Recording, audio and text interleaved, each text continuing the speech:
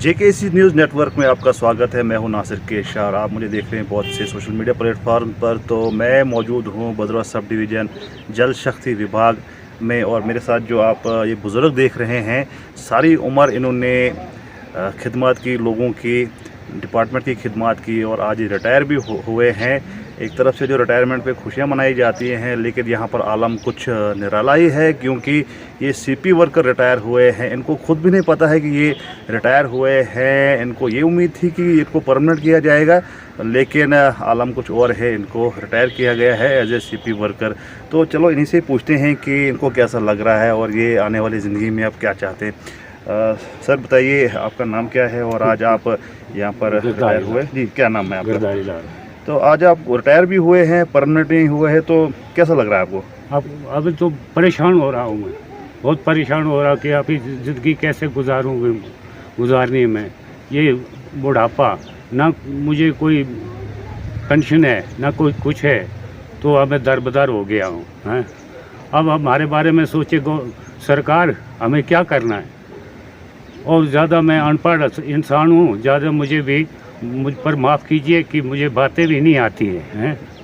तो इसलिए मैं दरबदर हूँ। इसलिए इनको मैं तकलीफ़ दी है सबों को कि मेरा क्या बनेगा अब इसलिए। आप कब लगे थे यहाँ पर? कब लगाया गया था आपको? बनवे में।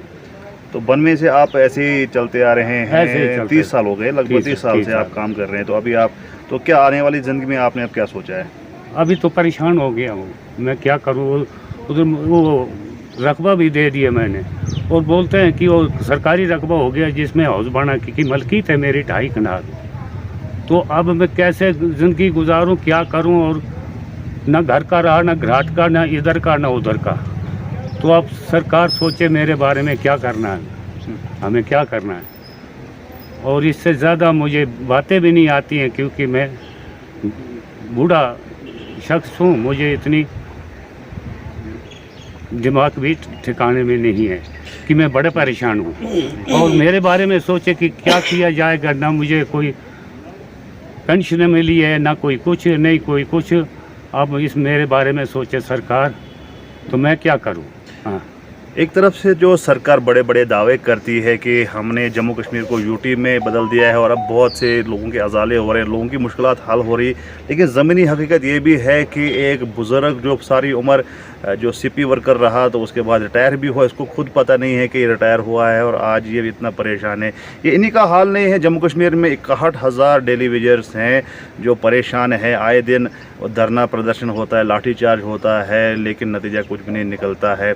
और आश्वासन पे आश्वासन, हर बार जब भी ये लोग स्ट्राइक पर जाते हैं तो इनको जो है आश्वासन दिया जाता है। तो अभी मेरे साथ जुड़ गए हैं सजाद साहब, जो बड़े एक्टिव वर्कर हैं, जो इस मोमेंटम को लीड करते हैं। धरना प्रदर्शन होता है तो ये आगे आगे होते हैं, पेश होते हैं। तो इन्हीं से जानते हैं कि क्या हकीकत है और इनको कैसा लगता है कि आज अगर यहाँ पर ये बुज़ुर्ग रिटायर हुए हैं तो कल बड़े भी दूसरे भी हो सकते हैं। तो सजाद साहब से एक बात कर, सजाद साहब क्या कहेंगे आप?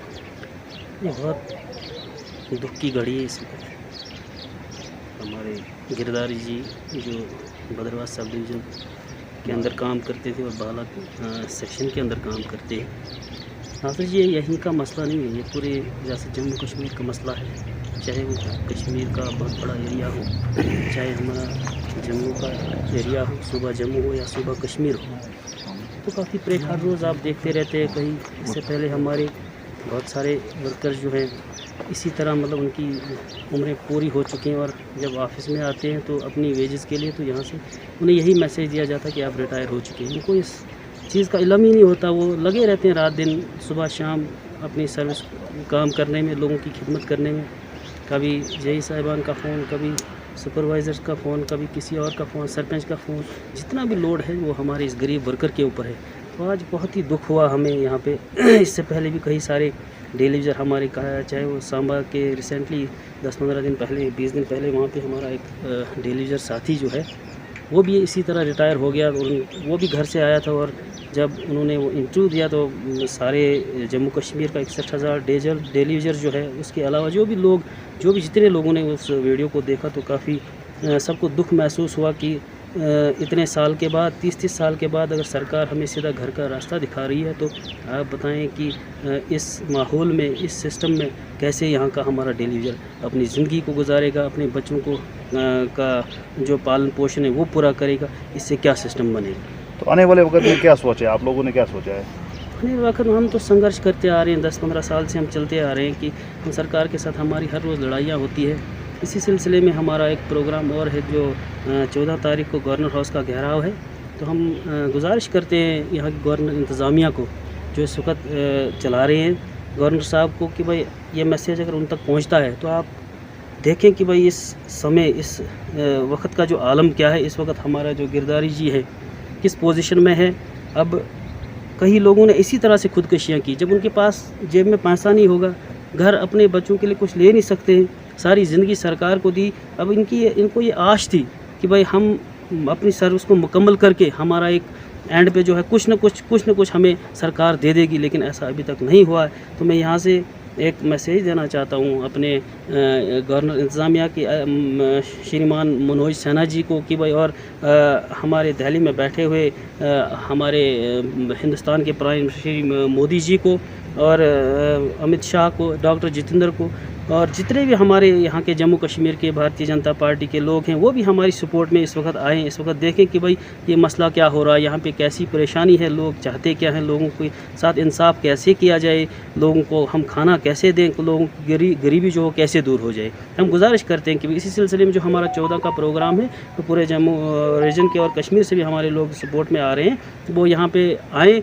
और इस गवर्नर हाउस का घेराव हमने मिलने जाना है। अगर किसी वायलेंस के कोई गलत ऐसा नहीं होगा कि हमने मिलने जाना कि गवर्नर साहब से, कि भाई वो सब के सामने आए और खुल के बताए कि उन्होंने इस डेली यूजर के बारे में क्या सोचा है। या तो वो एक ही बार हमें एक ऐसा ऑर्डर दे दे कि इनको निकाल दिया जाए, कि बाकी हम अपना काम करेंगे। अगर ऐसा नहीं तो फिर यही हाल, अगर 60 साल के बाद वो हमें निकालेंगे तो उस वक्त इस वक्त ये हमारा गिरदारी जी मजदूरी भी नहीं कर सकेगा, कहीं काम पे भी नहीं जा सकेगा।